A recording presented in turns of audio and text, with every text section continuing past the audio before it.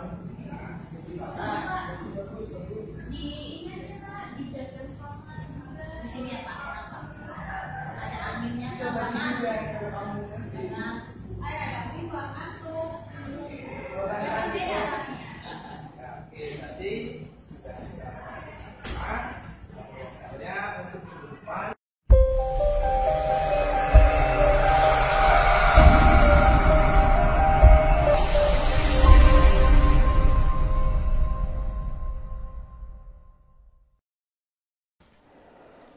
Hai, salam sahabatku.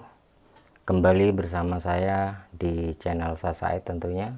Channel yang biasa mengulik tentang dunia psikologi dan kehidupan manusia dalam interaksi dengan lingkungan sosialnya. Oke sahabatku, pada segmen kali ini saya akan membahas tentang tahapan konseling kelompok, di mana video ini memang saya buat ditujukan kepada mahasiswa-mahasiswa BKI khususnya, atau mahasiswa-mahasiswa yang mendalami tentang konseling.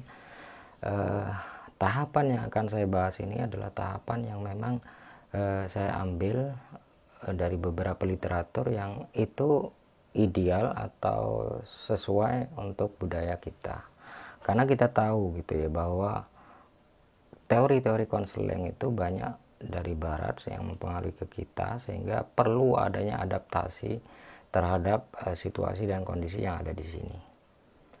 Oke sahabatku, kalau kita bicara kelompok, konseling kelompok, berarti kita tidak lepas dari persepsi kita tentang kelompok itu sendiri atau grup, dimana memang manusia itu kan selalu hidup berkelompok.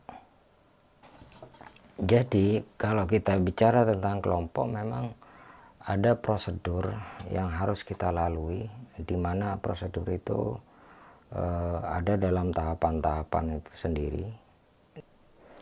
Baik, kalau kita bicara tentang konseling kelompok, maka tidak lepas dari posisi konselor itu sendiri, atau mungkin di sekolah guru BK atau pembimbing ya. Maka posisi konselor di sini adalah statusnya sebagai pemimpin dalam kelompok itu, dimana dari awal sampai akhir bagaimana mengakomodasikan kelompok itu menjadi sebuah kelompok yang dinamis, ada interaksi, ada umpan balik, ada produktivitas yang terjadi di situ, maka konselor berarti berhasil melaksanakan konseling kelompok. Tahap pertama dalam konseling kelompok adalah tahap pembentukan. Di sini biasanya kita melakukan perkenalan atau pengenalan terhadap apa konseling kelompok itu sendiri, kemudian tentang anggota-anggota yang ada dalam kelompok itu mulai kita kenalkan, gitu ya. Jadi kita menjelaskan, oke, misalkan gitu ya, oke, kita semuanya berkumpul di sini akan melakukan namanya konseling kelompok. Ada yang sudah tahu tentang konseling kelompok, misalkan seperti itu. Oke, konseling kelompok itu adalah hubungan bantuan yang disetting dalam situasi kelompok. Baik sahabatku, tahap pertama dalam konseling kelompok adalah pembentukan. Jelas, kenapa? Karena setiap anggota yang ada di situ adalah mungkin orang-orang baru yang tidak saling kenal mengenal. Tetapi tujuan perkenalan itu sendiri sebenarnya tidak hanya itu, adalah memicu atau jadi tujuan perkenalan di sini adalah menstimulasi agar terjadi kedekatan, agar terjadi saling percaya, agar terjadi interaksi. Ya, seperti pepatah mengatakan tak kenal maka tak sayang. Saya pikir dalam situasi apapun itu penting gitu. Maka dalam sesi konseling kelompok di tahap pembentukan awal itu perlu di setiap orang itu untuk mengenalkan diri masing-masing. Caranya mengenalkan diri bagaimana? Itu terserah konselornya. Apakah disetting dalam bentuk permainan ataukah ditunjuk bergilir gitu ya, urut kacang, atau seperti apa? Kemudian pengenalan tentang konseling kelompok itu sendiri. Jadi keberadaan mereka di situ tahu bahwa mereka sedang melakukan konseling kelompok yang akan berguna bagi masalah masalah mereka. Misalkan dengan mengatakan begini, oke, kawan-kawan, oke anak-anak, oke adik-adik semuanya berada di sini sudah tahu tidak apa yang akan kita lakukan. Oke, sebenarnya yang kita lakukan di sini adalah konseling kelompok. Konseling kelompok secara sederhana adalah hubungan bantuan yang dilakukan secara kelompok, di mana satu sama lain di antara kita ini semua berperan dalam membantu terselesainya masalah dari setiap diri kita masing-masing. Kemudian yang kedua, itu terbangunnya kebersamaan. Nah, pada tahap pembentukan di sini dimulai penciptaan iklim ya, suasana baik fisik maupun non fisik. Tapi yang saya bicarakan di sini lebih kepada non fisiknya. Mulai dari penyambutan konselor kepada konseli sampai keramahan yang ditunjukkan dia ketika konseli datang, kemudian berkenalan, kehangatan itu sudah mulai terbangun gitu ya. Jadi yang kedua ini, terbangunnya kebersamaan ini itu pasti tercipta ketika sudah menyadari individu-individu yang ada di situ bahwa apa yang akan mereka lakukan itu akan sangat penting bagi dirinya. Nah, tentu hal ini akan dipahami kalau mereka sudah tahu esensinya, yaitu konseling kelompok itu untuk apa dan mengenal satu sama lain itu untuk apa. Tentu akan terbangun kebersamaan yang kita harapkan. Yang ketiga adalah terkait dengan peran sebagai pemimpin yang aktif selama proses pembentukan di awal. Itu dapat diupayakan melalui pertama tadi ya, menyampaikan tujuan. Biasanya kan setelah menyampaikan apa esensi dari konseling kelompok, pasti di situ juga menyampaikan tujuannya. Kemudian perkenalan atau mengenalkan satu sama lain, memantapkan perkenalan itu menjadi lebih berkesan di antara satu dengan yang lain dalam kelompok itu. Kemudian bisa melalui juga menumbuhkan saling kepercayaan di antara satu sama lain. Penumbuhan saling percaya satu sama lain ini biasanya dilakukan dengan menyampaikan aturan main yang ada dalam konseling kelompok. Aturan main ini bisa dibuat sederhana, bisa dibuat agak kompleks. Misalkan sederhana ya hanya menyampaikan bahwa kita di sini berjanji untuk menjaga rahasia dan berkomitmen bersama misalkan, atau menyampaikan asas-asas secara singkat gitu ya, asas-asas konseling kelompok. Nah, pada tahap pembentukan ini konselor sudah bisa menyentuh atau membahas sedikit saja tentang perilaku atau perasaan dari setiap individu yang ada di situ. Misalkan dengan menyapa, menanya kabar, kemudian apakah saat ini merasa bahagia, merasa enjoy atau bagaimana, bisa ditanyakan secara bergiliran atau volunteer, atau bisa juga diawali dari konselor. Oke, selama seminggu ini saya merasa happy, saya merasa oke dan penuh semangat. Bisa kalau bagaimana dengan kamu? Apakah punya pengalaman yang menarik? Bagaimana dengan kamu? Bagaimana kabar kamu?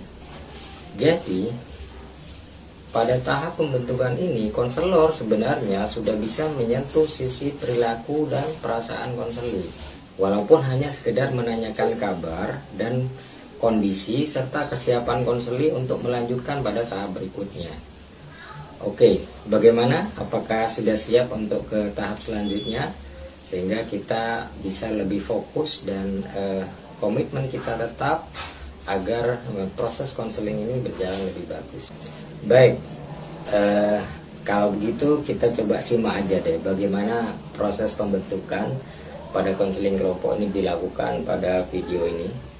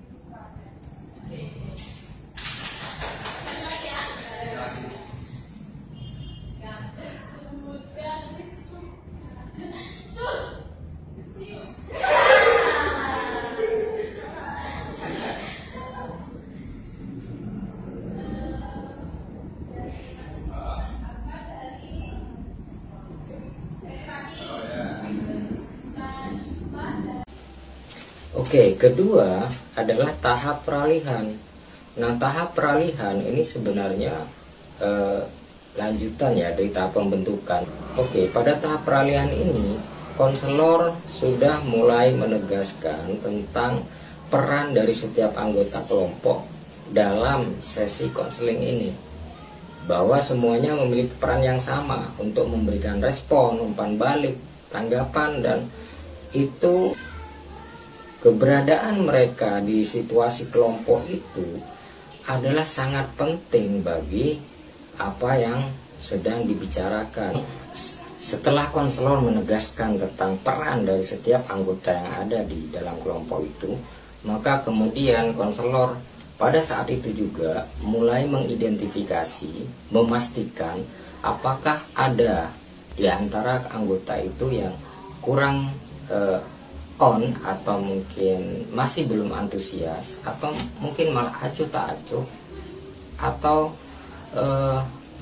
pikirannya ada di mana-mana gitu.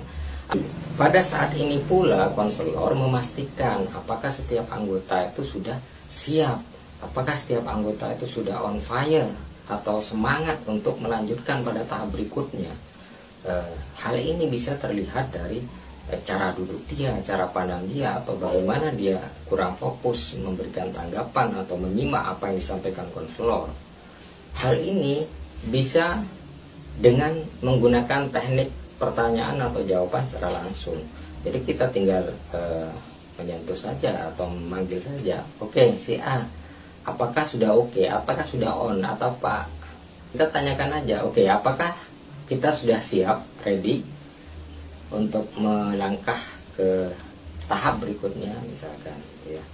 Maka kemudian kalau kita sudah memastikan bahwa suasana itu betul-betul kondusif dan siap melaksanakan atau melanjutkan pada tahap berikutnya, maka konselor kemudian membangun keterbukaan. Permainan yang mungkin bisa menstimulasi keterbukaan seperti curah perasaan, saling bercerita, itu bisa dilakukan berdasarkan topik yang kita bicarakan pada saat itu. Yang terakhir dari sesi kedua pada tahap peralihan ini adalah keterbukaan itu sendiri dapat kita tegaskan melalui ikrar. Inilah yang membedakan dengan konseling kelompok di luar negeri dengan di Indonesia, bahwa di Indonesia kita bisa menggunakan ikrar untuk saling mempercayai. Bagaimana ikrar ini dilakukan? Oke, mungkin contohnya seperti ini ya. Oke, mari kita pegangan tangan masing-masing ya. Kemudian tirukan apa yang saya katakan. Oke, siap. Saya berjanji kepada diri saya dan kawan-kawan dalam kelompok ini bahwa saya akan menjaga kerahasiaan apapun yang terjadi dalam ruangan ini, dan akan tetap selalu berkomitmen untuk saling terbuka dan saling percaya satu sama lain. Sekian. Nah, itu mungkin hanya contoh saja dari ikrar yang kita lakukan. Terkait konten, terkait bagaimana bentuk ini bisa kita lakukan, caranya itu terserah kreativitas dari konselor. Yang jelas intinya ikrar ini adalah upaya untuk membangun kepercayaan, keterbukaan, dan kesiapan dari setiap anggota untuk melangkah kepada tahap berikutnya. Oke, kita lihat aja ya tayangan bagaimana ikrar ini dilakukan sebagai contoh saja. Silakan.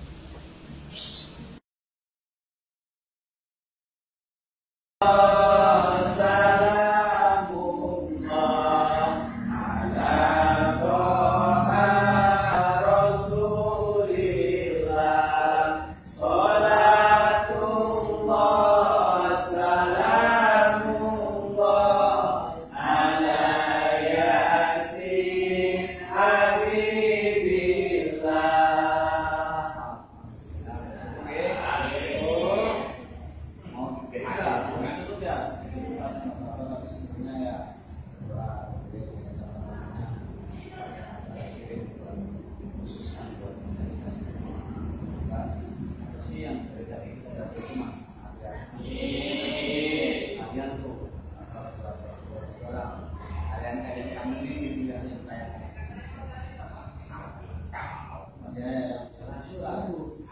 ya udah lumayan akrab nih kan, padahal baru berapa menit di sini ya, sama dan kita nanti saya kita